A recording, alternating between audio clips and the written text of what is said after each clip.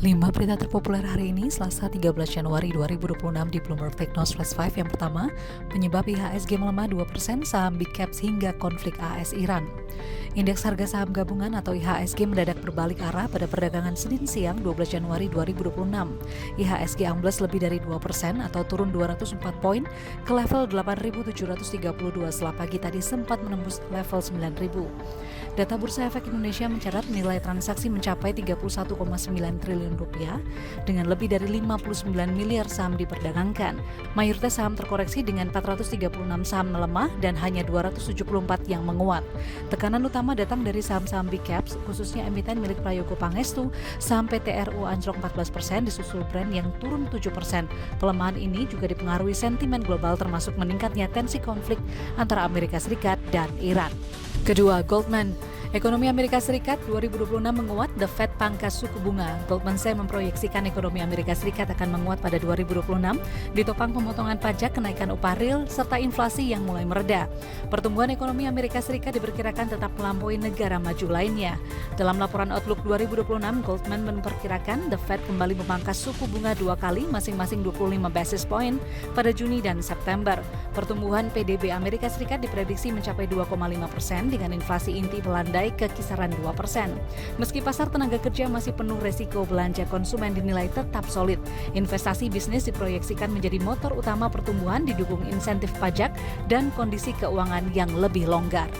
Ketiga, tak hanya solar, Bahlil berencana stop impor bensin SPBU swasta.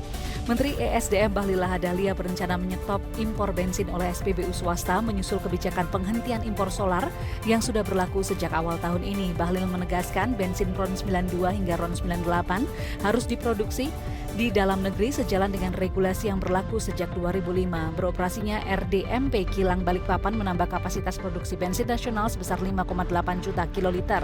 Dengan pertambahan ini, produksi bensin dalam negeri mendekati 20 juta kiloliter. Meski konsumsi nasional masih sekitar 40 juta kiloliter, pemerintah optimis ketergantungan impor bisa terus ditekan. Keempat, pemerintah targetkan bangun 7 pabrik pupuk hingga 2029. Pemerintah menargetkan pembangunan 7 pabrik pupuk baru hingga 2029 tanpa menambah anggaran subsidi. Hal ini disampaikan Menko Pangan Zulkifli Hasan atau Zulhas. Pemerintah juga akan merevisi 3 regulasi lama untuk mengubah skema harga pupuk bersubsidi dari cost plus menjadi market to market sehingga harga mengikuti kondisi pasar. Langkah ini diyakini dapat menekan harga di tingkat petani, meningkatkan pendapatan pupuk Indonesia, sekaligus memperluas kapasitas produksi pupuk nasional dalam jangka panjang. Kelima, Moderna catat kenaikan penjualan vaksin COVID-19. Moderna mencatat kinerja bisnis vaksin COVID-19 yang lebih baik dari perkiraan pada tahun 2025. Pendapatan perusahaan mencapai 1,9 miliar dolar Amerika Serikat, melampaui panduan sebelumnya meski jumlah penerima vaksin di Amerika Serikat turun 26%. Kabar ini mendorong saham Moderna naik 1,2% pada perdagangan pra-pembukaan. Perusahaan menilai bisnisnya mulai stabil dan menargetkan pertumbuhan pendapatan hingga 10% pada 2026. Meski masih merugi, Moderna memangkas biaya dan mengamankan pinjaman 1,5 miliar dolar Amerika Serikat.